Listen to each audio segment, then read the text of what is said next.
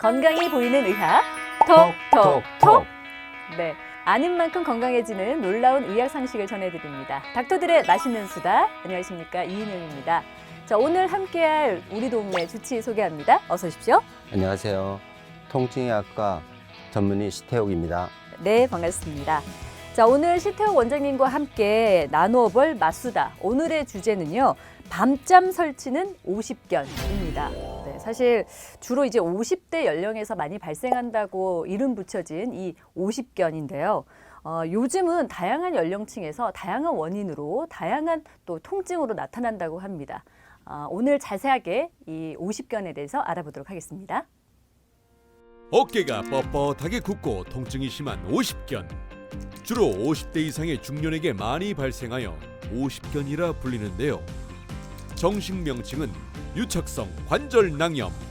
그런데 주로 50견은 치료를 하지 않아도 저절로 좋아지는 질환으로 많이 생각하지만 반드시 치료가 필요한 질환이라고 하는데요.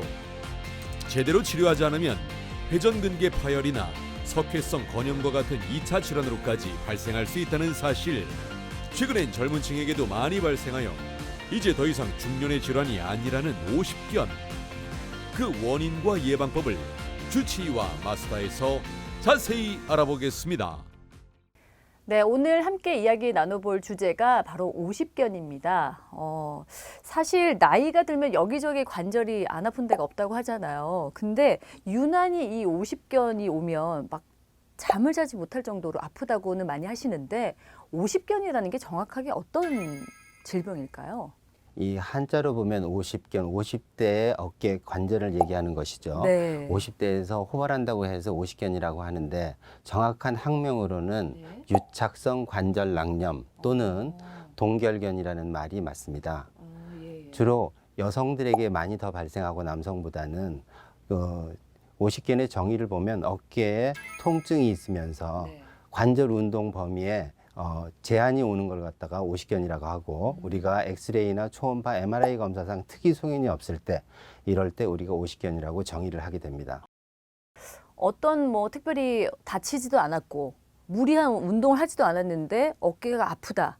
이럴 경우에는 보통 50견이라고 이름 지을 수 있는 건가요? 네, 그렇게 이해해 주시는 게 편할 것 같습니다. 네, 네. 알겠습니다. 근데 이 50견이랑 그냥 어깨가 아픈 거랑은 구별이 가능한가요? 어떻습니까? 네, 가능합니다. 보통 어깨 통증을 일으키는 여러 가지 질환들이 있는데 50견과 다른 질환들이 있습니다. 여기에서 아까 정의대로 하면 네네. 첫 번째가 서서히 발생하면서 어깨에 통증이 특히 밤에 더 많이 아프고 또 움직일 때 운동 제한이 와서 밤에 밤잠을 설치게 되는 경우가 있죠. 네네. 예를 들어서 우리가 운동 범위에 그 제한이 오는 경우에는 첫 번째 뒤쪽부터 제한이 오고 옆쪽으로 올리는 것에 제한이 오고 앞쪽으로 올리는 게 제일 마지막으로 제한이 오게 됩니다. 이 세 가지 운동 범위에 제한이 왔을 때 우리가 50견이라고 의심을 하고 병원을 찾으시면 되겠습니다. 예. 근데 원장님 신기한 게 어떻게 밤에 더 아플까요, 이게? 우리 몸은 생리적으로 밤에 체온이 떨어지게 되죠. 낮에는 중력 방향으로 이렇게 서서 활동을 하기 때문에 어깨 경관절은 견갑골이 뒤에 있고 경관절 헤드가 이렇게 밑으로 쳐져 있어서 중력 방향 떨어져 있기 때문에 움직일 때 통증이 없어요. 네. 그리고 우리가 운동할 때 웜업을 해서 하게 되면 관절이 가동 범위가 늘어나는데 네네네. 그래서 낮에는 운동을 하고 있어서 활동 범위가 늘어나게 됩니다. 그런데 밤이 되면 예, 우리가 예. 자야 되고 체온이 생리적으로 떨어져 새벽에 제일 아프게 되겠고 그때 통증 때문에 잠을 설치게 되는 거죠. 그럼 스스로 이제 이게 50견인가 혹은 뭐 이렇게 관절에 그냥 무리가 온 건가 이걸 판단하기 위해서는 어떻게 한번 해보면 좋을까요? 그러니까 뒤쪽을 아까 못 움직이신다고 하셨고 그다음에 옆에 그다음 앞에라고 하셨잖아요. 우리가 그 50견은 능동적, 자기 스스로 위로 올리는 동작, 옆으로 외전하는 동작, 밖으로 외회전, 내회전하는 요 세 가지의 동작을 해보면 알 수가 있는데요. 다른 그 질환인 경우에는 스스로 하는 거 그리고 옆에서 도와주는 동작을 수동적 운동이라고 하는데 제가 네.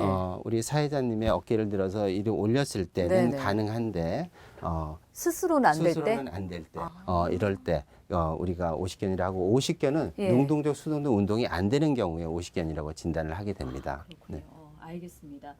근데 요 제가 정확하게 명칭을 몰라서 그런 건데 회전근개 질환도 혼동하는 경우가 많다고 들었거든요. 그렇죠. 네. 네. 환자들이 저희 외래에 오셨을 때 제일 어려워하는 지점이 내가 어깨가 어디가 아파서 왔는지를 잘 모르신다는 거죠. 네네네. 오십견 때문에 아프신 건지 회전근개 질환이 있어서 아프신 건지를 모르는데 회전근개라는 것은 어깨를 움직이게 되는, 어깨는 360도 관절 가동 범위가 제일 넓은 관절인데 앞쪽에서 보면 견갑하인대가 있고 그 옆에 이두박근이 있고 옆쪽으로는 극상근하고 극하근과 소원근 이렇게 해서 이두박근을 뺀 네 개를 회전근개건이라고 하고 이게 그 지붕처럼 돼 있다고 그래서 회전근개라고 이렇게 한문 이름을 붙인 겁니다. 아, 네. 회전근개건도 똑같이 통증과 운동 제한이 있을 수가 있는데 회전근개 질환하고 오십견의 큰 차이는 네. 회전근개건은 이 수동적인 운동, 그러니까 시술자, 의사가 환자를 들었을 때 운동 범위에 가동 범위에 제한이 없는 거고 오십견은 수동적, 능동적 운동 범위에 제한이 있는 걸로 우리가 구분을 할 수가 있습니다. 그래서 이제 정확하게 알기 위해서는 무엇보다도 병원을 찾아서 원인이나 어떤 정확한 병명을 좀 알아야 될 것 같다는 생각이 드는데 저는 항상 병원에 가기 전에 이게 정형외과를 가야 하는 건지 아니면 뭐 통증의학도 있고 마취 통증도 있고 또 종류가 좀 있잖아요. 잘 모르겠더라고요. 이럴 때는 어디를 찾아가 봐야 됩니까? 원장님? 각 과별로 어떤 특징적인 질환을 가지고 치료를 하고 있는지 간단하게 설명드리겠습니다. 네네네. 정형외과는 수술이 기본이 되는 이제 과입니다. 통증을 치료하고 물리치료와 통증치료와 수술치료를 하고 있는 과고, 재활의학과는 수술적인 방법은 아니지만 주로 이제 운동 치료, 도수치료, 재활치료를 우선으로 해서 수술한 후에 환자를 재활하는데 주안점을 주고 치료를 하고 있고요. 정형외과도 이제 진료 과목에 통증의학과를 두고 있고 우리 통증의학과도 진료 과목에 정형외과, 뭐 재활의학과, 물리치료도 네. 다 같이 하고 있으니까 그런 차이가 있다고 생각을 하시면 되겠습니다. 네. 근데 오십견이라는 말 자체가 이제 중년 분들에게 많이 나타난다고 하셨잖아요. 그러면 보통은 여기저기 아프기 때문에 이게 뭐 그냥 또 지나가겠지라고 생각하시고 치료를 안 하시는 분들이 많으실 것 같아요. 그렇죠. 예, 그냥 넘어가면 이게 좀 큰 문제가 될 수도 있습니까? 큰 문제가 될 수가 있습니다. 아. 오십견의 병태 생리를 보면 네. 우리가 세 단계로 나눌 수 있는데 첫 번째 동통기, 처음에 아파서 통증이 제일 극심할 때 한 3개월간은 어깨가 굉장히 아픕니다. 이때는 운동 제한은 그렇게 심하지를 않아요. 두 번째 단계가 동결기, 얼어붙어 가지고 안 움직이게 되는 거죠. 수동적, 능동, 운동 제한이 있으면서 통증도 심한 단계입니다. 6개월에서 18개월 정도 사이에 이완 기간이 있고요. 그 후에 시간이 지나면서 해빙기가 지나면 해빙기 때는 18개월에서부터 한 2, 3년까지도 이제 계속 이제 풀어지는 그런 단계인데 관절 가동 범위도 좋아지고 통증도 감소하게 됩니다. 오십견을 그 시기에 맞춰서 잘 치료해야 되는 이유가 네네. 오십견을 그냥 방치하게 되면 이 나중에 회복이 됐을 때도 관절 범위가 전체적으로 100% 회복이 안 되고 50% 정도에서 회복이 끝나는 경우가 50% 정도 환자에서 발생한다고 돼 있거든요. 네네네. 그래서 치료 시점을 너무 늦추지 않는 게 중요합니다. 그러니까 시간이 지나면 그래도 어느 정도는 회복이 되는데 치료를 중간에 하지 않으면 이게 완벽하게 안 올라간다는 말씀이시네요. 네, 그렇죠. 그렇군요. 그렇다면 좀 빠른 치료가 좀 필요하지 않을까라는 생각이 들거든요. 치료 방법에는 어떤 종류가 좀 있을까요? 첫 번째는 이제 보존적인 치료와 네. 그 보존적인 치료를 비수술적 치료라고 하고 두 번째는 수술적 치료, 이 두 가지로 나눌 수가 있습니다. 네. 약물 치료, 주사 치료, 관절각 내에 항염제를 넣어서 주사 치료를 할 수가 있겠고요. 네네. 그리고 스트레칭, 우리가 관절 가동 범위를 넓히는 자가 스트레칭과 병원에서 물리치료 등을 통한 자가 스트레칭을 통해서 많이 좋아질 수가 있고, 최근에는 도수치료와 충격파 치료, 고주파 치료 등을 통해서도 비침습적으로 환자에게 아프지 않게 치료를 하는 방법이 기본이 되겠고요. 그러니까 비수술 방법도 있고 그거보다 더 어려울 때는 수술을 해서 이걸 좀 낫게 하는 방법도 있는 거네요. 그렇죠. 알겠습니다. 평소에 이 오십견을 좀 늦춘다고 해야 될까요? 안 오게 하는 방법이 좀 필요하지 않을까 싶은데 예방법 없을까요? 예방법이 당연히 있죠. 네. 현대인들은 너무 이제 모니터를 보거나 핸드폰으로 이제 하고 한 자세로 일을 많이 하게 됩니다. 맞아요. 첫 번째 예방하기 위해서는 나이 드신 분이나 젊으신 분이나 50분 정도의 일을 하고 5분 정도는 스트레칭을 해주시는 게 제일 중요합니다. 예. 그래야지 30대에도 50견이 생기고 70대에도 50견이 생길 수가 있거든요. 그거를 네네네네. 막을 수가 있고요. 그 간단한 스트레칭 방법으로는 네. 팔을 운동을 이제 50분간 일을 하고 팔을 앞으로 쭉 뻗어서 네. 위로 올리는 거상 운동. 네. 이게 힘드신 분들은 이거 앞으로 해서 위로 올리게 되면 훨씬 수월하거든요. 네네네. 이런 동작을 하나 취해 주시고요. 또 팔을 옆으로 벌려 가지고 네. 견갑골을 뒤쪽으로 붙이는 운동을 네네네. 해 주시면 될 것 같습니다. 그럼 이 위치에서 팔을 위로 올리고 밑으로 올리는 이 동작을 간단하게 함으로 인해서 50견으로 가는 걸 평상시에 막아줄 수가 있습니다. 야, 이것도 굉장히 좋은 또 예방법이 아닐까라는 생각이 듭니다. 또 중간중간에 쉬는 시간이 반드시 좀 필요하지 않을까. 그리고 운동법을 제대로 좀 익히셔서 이 50견을 또 예방하실 수가 있다고 하니까요. 꾸준하게 좀 관리를 한번 해보셨으면 좋겠습니다. 자, 50견과 관련해서 시청자 사연이 들어와 있습니다. 화면으로 만나보시죠. 얼마 전 50견 진단을 받았습니다. 현재 2개월째 치료를 받고 있는데요. 일상생활도 힘들었는데 치료를 받고 나니 통증은 많이 가라앉았습니다. 그런데 아직 약간의 통증이 남아있어요. 2개월째 치료를 쉬지 않고 받았는데 아직 통증이 조금 있어 걱정입니다. 제가 무릎도 안 좋은데 어깨라도 얼른 낫고 싶은 마음입니다. 혹시 다른 50견 치료라도 받아봐야 할까요? 50견 치료를 지금 2개월째 받고 계시는데 사실 아직도 조금 이제 통증이 남아있는 상태라고 하시네요. 근데 다른 50견 치료를 더 받아야 되나 고민이 좀 있으신가 봐요.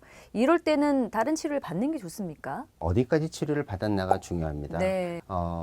동통기하고 이 동결기에 적정한 시간에 와서 물리치료나 스트레칭, 약물치료, 관절강내 주사를 통해서 이런 보존적인 치료를 통해서 관절 범위가 7, 80% 정도 개선이 됐다고 하시면 네. 꾸준히 스트레칭을 연습을 하시면 좋아지게 됩니다. 예. 거기에 수술적이나 침습적인 그런 치료까지는 필요가 없고요. 다니고 계신 병원에 열심히 다니시면 될 것 같습니다. 그렇군요. 괜히 또 안 낫는 게 아닌가 싶어서 나 수술해야 돼? 이렇게 생각하실 것 같기도 하거든요. 검사를 해봤더니 이 관절 가동 범위가 50%에서 70%가 아직도 불편이 남아 있으면 그 네. 남아 있는 부분은 유착이 아직 심하다고 우리가 생각을 할 수 있기 때문에 그 부분은 아까 처음에 말씀드린 것처럼 비수술적 치료법에서 수술적 치료법 그 중간에 있는 그런 방법을 통해서 개선을 할 수가 있는데요. 네네. 비관절적 관절 가동술이라고 해서 네. 이 어깨를 움직이게 될 때 그냥 의사가 환자를 잡고 물리치료사가 스트레칭을 하게 되면 너무 아파서 못 움직이게 네. 되겠죠. 그리고 그 위에 동통이 더 심해서 더 운동 가동 범위가 떨어지는데 이 목에서 오는 이제 경추 5, 6번의 신경이 어깨를 지배하게 되고 네. 어깨의 애가신경하고 견갑상신경이 어깨 통증을 이제 조절을 하게 되는 그런 신경들인데 여기를 차단을 해서 신경 치료를 하는 거죠. 그러면 살짝 마취를 하고 그리고 관절강 안에다가 우리가 수압팽창술이라는 방법을 통해서 관절강에 국수마취제를 희석해서 네. 넣은 다음에 팽창을 시켜 쪼그라들어 있는 관절낭을 팽창을 시키면 늘릴 때 수월하게 됩니다. 시술자가. 그리고 또 세 번째는 이 애과 밑에 있는 이 네. 아코디언처럼 돼 있어요. 애과 캡슐이 네네. 이 정상적인 사람들은 늘릴 때 이게 늘어나는데 이게 쪼그라들어 있는 부분에 네. 이쪽에도 애과신경 차단술을 통해서 이 세 가지 신경 차단술을 하게 되면 관절이 시술할 수 있는 그런 상태가 됩니다. 그 상태에서 이완이 되고 통증이 없으면 시술자가 환자를 위로 올리는 거상 운동을 네. 서서히 하게 되겠죠. 두 번째는 옆으로 외전 밖으로 이제 돌리는 동작하고 뒤로 내회전을 하는 동작. 네. 그리고 반대편으로 팔을 돌리는 동작을 서서히 해서 스트레칭을 할 때 이 어깨가 약간 뚜두둑 하면서 뜯어지는 느낌이 있거든요. 그러면 유착이 되는 그 유착 부분이 좀 예, 열리는 거군요. 열리는 거죠. 그 다음에 이제 환자한테 운동을 하라면 가동 범위가 확실히 좋아집니다. 그렇군요. 이런 방법을 통해서 기존에 관절낭이 완전히 해결이 안 돼서 유착이 남아있는 환자들은 이런 네네. 방법을 쓰면 될 것 같습니다. 알겠습니다. 그러니까 수술 전에도 다양한 또 방법들이 있으니까요. 정확하게 지금 어느 정도 상태인지를 좀 체크를 해보시는 게 좀 필요하지 않을까라는 생각이 듭니다. 자, 다음 사연 만나볼게요. 얼마 전 저희 어머니가 오십견 수술을 하셨습니다. 어깨가 안 좋다고 하셨는데 병원을 계속 안 가시더니 결국 수술까지 하게 되었습니다.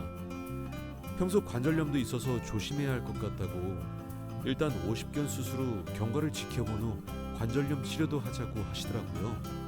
일단 오십견을 수술한 직후라 경과를 지켜보는 중인데 평소 관절이 안 좋으면 오십견도 이렇게 쉽게 올 수 있나요? 그리고 오십견 수술 후 특별히 관리법이 있나요? 네, 어머니가 오십견 수술을 하셨네요. 그래서 저 더 문제가 됐던 게 관절염 진단을 받으신 거예요. 그래서 관절이 안 좋으시면 오십견이 이렇게 쉽게 오는가라는 질문을 해주셨고, 그리고 수술하셨기 때문에 수술 이후에 어떤 관리법에 대해서 또 궁금하셨거든요. 이게 사실은 관절염이 있으면 더 오십견이 더 빨리 올 수 있는 건가요? 쉽게 올 수 있나요? 네, 올 수가 있겠죠. 우리가 이제 비포장 도로를 자동차가 달릴 때 빨리 그 타이어가 마모되듯이 어깨에도 관절이 뼈가 달아있는 경우가 있고 그 연골이 달아있는 경우고 또 인대도 달아있는 경우 다 모두가 관절염이라고 얘기를 하는데 예. 인대가 달아있으면 회전근개 인대에 손상이 있는 거고요. 뼈가 달아있는 경우는 골성 그 관절염이 되겠죠. 이런 경우에는 환자들이 치료할 때 이 지금 이 사연의 환자분의 연령이 어떠신지는 모르겠는데 만약 70대가 넘지 않았다고 하면 네. 적극적인 치료를 해서 개선을 하고 수술까지 하셨으니까 수술이 잘 되었다고 하면 통증이 남아있지만 우리가 아까 배운 그런 스트레칭 방법을 네. 통해서 꾸준히 하시면 좋아지게 됩니다. 그래서 생각보다는 그래도 2, 3개월을 꾸준히 관리하는 게 필요하네요. 2, 3개월 동안에는 꾸준히 하고요. 한 6개월간은 열심히 운동하시면 돼요. 어차피 운동은 야. 평생 운동이기 때문에 꾸준히 하시면 좋아질 겁니다. 네, 알겠습니다. 자, 밤잠을 설칠 정도로 고통스럽다는 이 오십견에 대해서 자세히 알아봤는데요. 원장님, 알아야 될 것이 너무 많습니다만 이 오십견, 우리 시청자 여러분께 이것만은 기억하라. 요거 하나가 있다면 뭐가 좋을까요? 어깨 질환을 가진 환자분들은 첫 번째 이게 오십견인지 다른 질환인지 모르겠다 하면 아까 첫 번째 모두에서 말씀드린 것처럼 어깨에 통증이 있으면서 운동 제한이 있으면 오십견이라고 생각하고 병원을 찾아서 네. 간단한 검사, 엑스레이하고 초음파 검사를 하면 진단이 정확하게 나옵니다. 그래서 진단하에서 오십견이면 오십견에 맞는 치료를 하고 회전근개 건염이면 거기에 맞는 치료를 하면 되겠고요. 두 번째, 제일 중요한 게 스트레칭 운동입니다. 스트레칭 운동. 젊어서부터 평상시에 건강했을 때 스트레칭 하는 방법을 가르쳐 드렸고요. 두 번째로 이제 아픈 환자에게 있어서 스트레칭도 마찬가지인데요. 쉬운 방법은 거상 운동 중에서 이렇게 하시면 어깨 관절이 앞으로 들어오기 도 힘들거든요. 이렇게 하는 운동을 하시고 옆으로 들어 올리는 운동 그리고 뒤로 돌리는 운동 요거를 통해서 우리가 이제 따뜻하게 한 상태에서 네. 샤워를 하고 타월로 잡아서 올리는 요 세 가지 운동을 해주시면 빠른 시간 내에 개선이 되고 오십견으로부터 탈출되지 않을까 그렇게 생각합니다. 알겠습니다. 무엇보다도 정확한 진단이 필요할 것 같고요. 평소에 꼭 스트레칭을 해주시면 또 꾸준하게 또 예방을 하실 수 있다라는 말씀이셨습니다. 자, 흔한 질환이라고 그냥 버려두시면 안 됩니다. 이 오십견 정확하게 방치하지 마시고 또 반드시 치료를 받으시기 바라겠습니다. 자, 이번에는 우리 생활 속의 건강 상식을 한방으로 풀어보는 시간이죠. 건강 한방 시간입니다. 자, 오늘은 어지럼증에 대해서 자세하게 알아보도록 하겠습니다.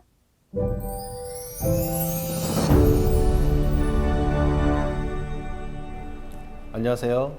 건강 한방 한의사 유한상입니다. 이번 시간에는 신경정신과 질환인 어지럼증을 한의학적 관점으로 이해하기 쉽게 설명드리겠습니다. 환자분들이 하시는 말씀이 천장이 돈다, 머리가 빙글빙글 도는 것 같다, 머리가 무겁고 맑지 않다, 머리가 조이고 답답하다, 머릿속이 텅 빈 것 같고 멍하다, 찰멀미 하듯이 속이 메스껍고 울렁거린다 등등 어지럼증을 표현하는 방식이 다양합니다. 그만큼 많은 분들이 불편을 겪고 있는 증상인데요. 혹시 뇌에 문제가 있는 게 아닐까?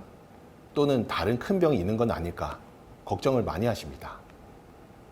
증상이 심할 땐 공포스러울 정도로 불편한 어지럼증. 과연 원인은 무엇일까요? 실제로 어지럼증은 원인이 아니라 증상입니다. 즉, 어떠한 이유로 인해 어지럼증이란 신호가 나타나는 겁니다.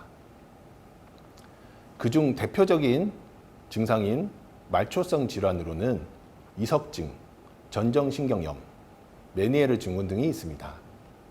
이 중 가장 흔한 이석증의 특징은 체위 변화에 따라 주변이 빙글빙글 도는 심한 어지럼증과 안구진탕, 즉 눈알이 이렇게 도는 증상이죠.